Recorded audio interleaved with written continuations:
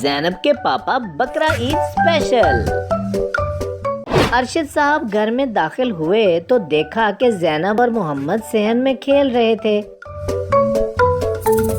क्या खेल रहे हो बच्चों? पापा जी, हम पकड़न पकड़ाई खेल रहे हैं।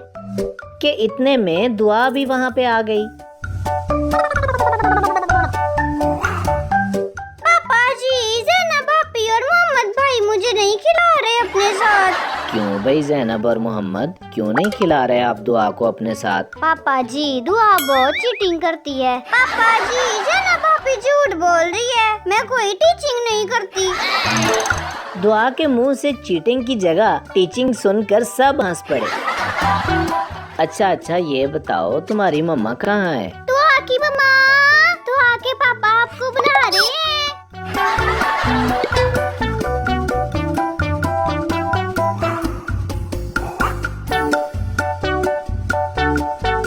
जी ज़ैनब के पापा।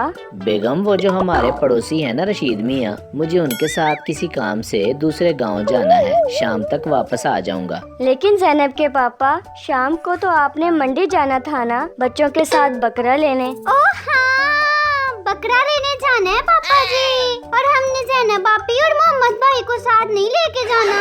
मैं क्यों नहीं लेकर जाना जी? क्योंकि आप दोनों मुझे साथ नहीं खिला रहे, तो हम भी आपको मंडी नहीं लेके जाएंगे बकरा लेने। नहीं पापा जी, हम भी मंडी जाएंगे बकरा लेने। जी बच्चों, हम सब मंडी चलेंगे बकरा लेने, लेकिन रशीद मियाँ के साथ जाना भी जरूरी है। आखिर हमें अपने पड़ोसियों का भी ख्याल रखना चाहिए ना। और रही बात बकरे की, तो वो हम कल ले आएंगे इंशाल्लाह। लेकिन पापा जी, मंडी में बकरे खत्म हो गए तो? दुआ की मासूमियत पे सब लोग हंस पड़े।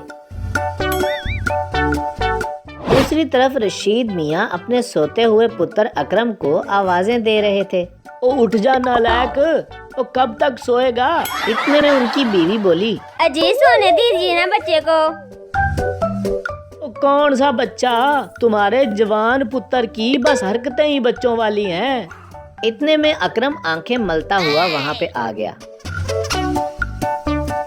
क्या हो गया है अब्बा जी? क्यों सुबह सुबह शोर मचाया हुआ है आपने? मगर अकरम को जवाब में अपने अब्बा की उड़ती हुई चप्पल मिली। तो खोते दे पुत्र, कितनी दफा कहा है कि सुबह उठकर मेरे साथ काम पर चला कर। अब्बा, खुद को खोता तो ना कहो, मुझे अच्छा नहीं लगता। रुक जा नालायक, तेरी तो। रशीद ने जूता उठाया तो अकरम अपनी अम्मा के पीछे जा छुपा।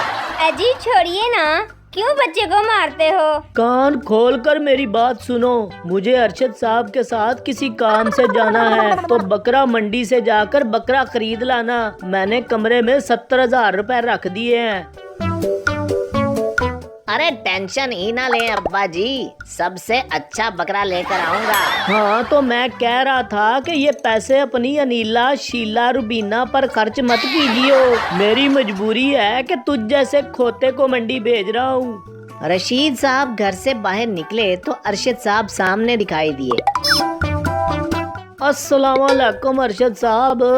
वालेकुम अस्सलाम। क्या बात है रशीद साहब, कुछ परेशान से लग रहे हैं आप? बस जी, अकरम की तरफ से परेशान हूँ। उसकी हरकतें ही नहीं सुधर रही। आप समझाइएगा अकरम को कि बच्चों वाली हरकतें छोड़कर काम की तरफ ध्यान दे। अब ठीक है रशीद भाई, मैं समझाऊंगा। अभी चले, हमें देर हो रही है। दूसरी तरफ अकरम भी पैसे लेकर मंडी की तरफ चल पड़ा,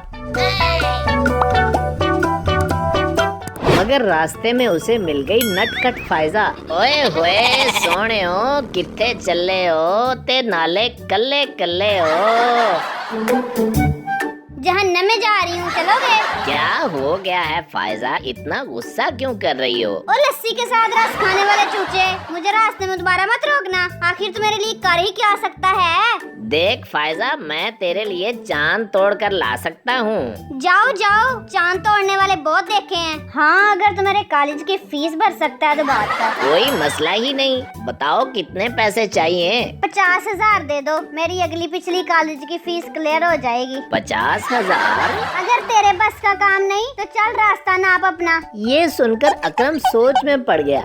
अच्छा यार, गुस्सा ना कर, मैं भरूंगा तेरी कॉलेज की फीस। अकरम ने कुर्बानी के पैसों में से 50,000 फायजा को दे दिए।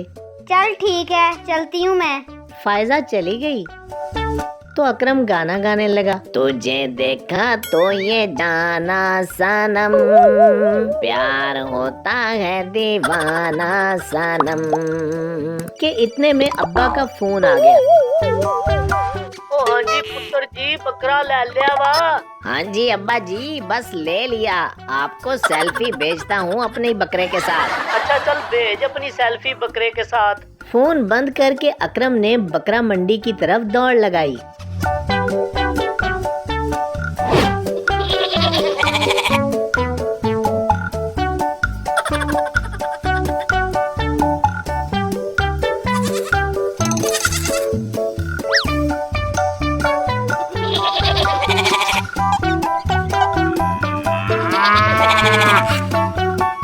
वहाँ एक बकरे के साथ सेल्फी लेकर अब्बा को भेज दी।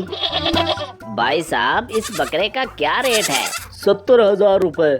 20,000 है मेरे पास, बकरा देना है तो दो। क्या मस्त जोक मारा है, 20,000 का बकरा। ओ भाई, जोक नहीं मारा, मेरे पास वाकई 20,000 है। ओ पागल, अपना और मेरा टाइम ना बर्बाद कर, चल निकल यहाँ से। 20,000 में तो कोई बकरा नहीं मिलेगा, क्या करूँ? हाँ, आइडिया।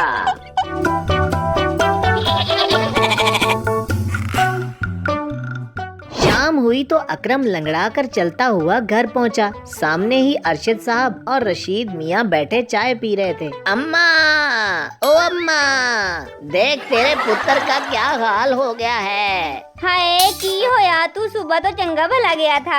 ओए बकरा कहाँ है? अब्बा, मैं वो बकरा लेकर आ ही रहा था, रास्ते में चोरों ने मुझसे बकरा छीन लिया। मैं जान बचाकर वहाँ से भाग निकला।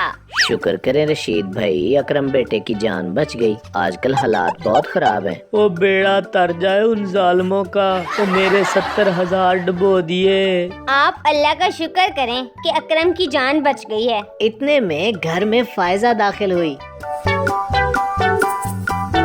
और उसको देखकर अकरम की तो सिट्टी गुम हो गई। मैंने सुबह तुम्हारा शुक्रिया अदा नहीं किया था, तो सोचा अब कराऊं। तुम्हारी वजह से मेरी कॉलेज की फीस अदा हो गई है। रशीद ने अकरम को घूरते हुए कहा। कॉलेज की फीस? हाँ जी, अकरम ने 50,000 दिए थे, तो मैंने कॉलेज की फीस भर दी है। 50,000? ओ तेरी तो। रशीद साहब अकरम के पीछे दौड़े तो अरशद साहब बीच में आए। रुके रशीद साहब, अकरम बेटा, तुम्हारा बाप इतनी मेहनत करके कमाता है और तुम उसकी कमाई को उड़ा रहे हो। बाप की रजा में ही रब की रजा होती है और तुम बाप को नाराज करके अल्लाह को नाराज कर रहे हो। चलो शाबाश, माफी मांगो अभी। अकरम खूब शर्मिंदा हुआ। माफ कर दीजिए अब्बा जी, अब मैं कभी ऐसा नहीं करूँगा। इतने में फायजा बोली, चले शुक्र है, अकरम के सर से लड़कियों की फीस जमा करवाने की जिम्मेदारी तो खत्म हुई।